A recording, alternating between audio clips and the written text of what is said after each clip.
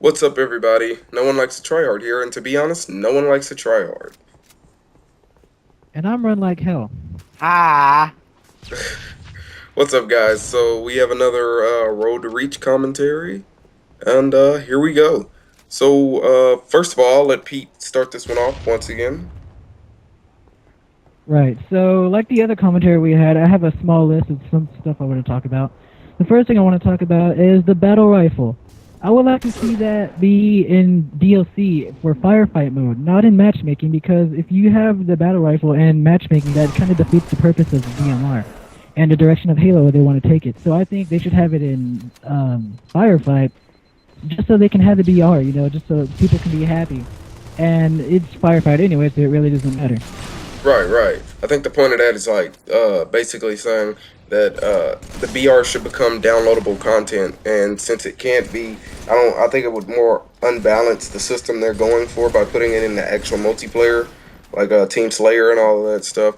I think it'd be cool if they just put it in Firefight and left it there. I think that'd be pretty awesome. And yeah.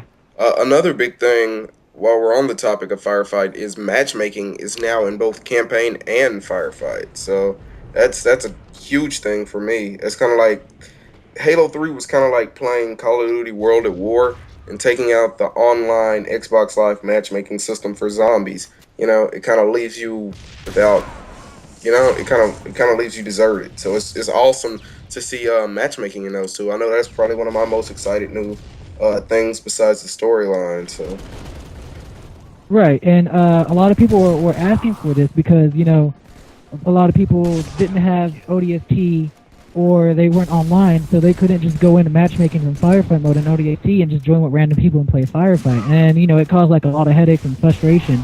And so right. this is going to be a lot easier in Reach for people just to go and campaign, like Left 4 Dead style, or just like firefight in general. Yeah, Right. it'd also make it less hassle. Yeah, like the redneck said, less hassle. I mean, I agree completely. This is just going to make Reach that much better, in my opinion. It really is. That's a big plus. They're going out with a bang, I have to say. Another to the things that are missing. No dual wheel. Well, we can get the dual wielding. Wow, fail. But dual wielding is now gone, which is I think awesome thing. I think that's I don't is like to me dual wielding. I'm stumbling over my words for some reason, but dual wielding was like the commando to Halo 3 in my opinion. I thought dual wielding was absolutely by far the worst innovation to Halo 3 in my opinion because I don't know, I just didn't like dual wielding. Like I think dual wielding pistols was like underrated, but like the SMGs and the Maulers, that stuff was just super annoying. They should have just gave them like two sniper rifles and were like, here, shoot these off for a while. Yeah. Right. And a lot of people probably didn't care for this feature anyway. But I think it's just a fact that you can have that option if you want to. You can go ahead and do that. And I don't know exactly why they took it out. But I know in ODST, one of the developers or something like that, they didn't want dual wielding, so they cut it out. So that could be the reason here also. I just don't understand why they would do that in this Reach game. So I'm not sure. Right. Melee. Speaking of dual wielding, being gone, melee. That means people are going to start using it a whole lot more, and it's been weakened. So no longer will you be able to run up to somebody that has no shields and just beat them down real quick, or at least not in most cases, because now, unless you assassinate them, it will take two melees to beat somebody down. So I think that automatically kills off all the 12-year-old wannabe MLG pros. No offense to our 12-year-olds, but just saying. Yeah. Sorry, Kitty. Sorry. Yeah, like you were saying, I think it's gonna change the gameplay also because a lot of people are gonna get confused. Oh yeah, they're gonna run for that melee and take off, and that person's not dead, and that person's just gonna assassinate him from behind.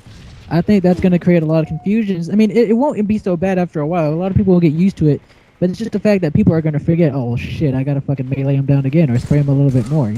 Right.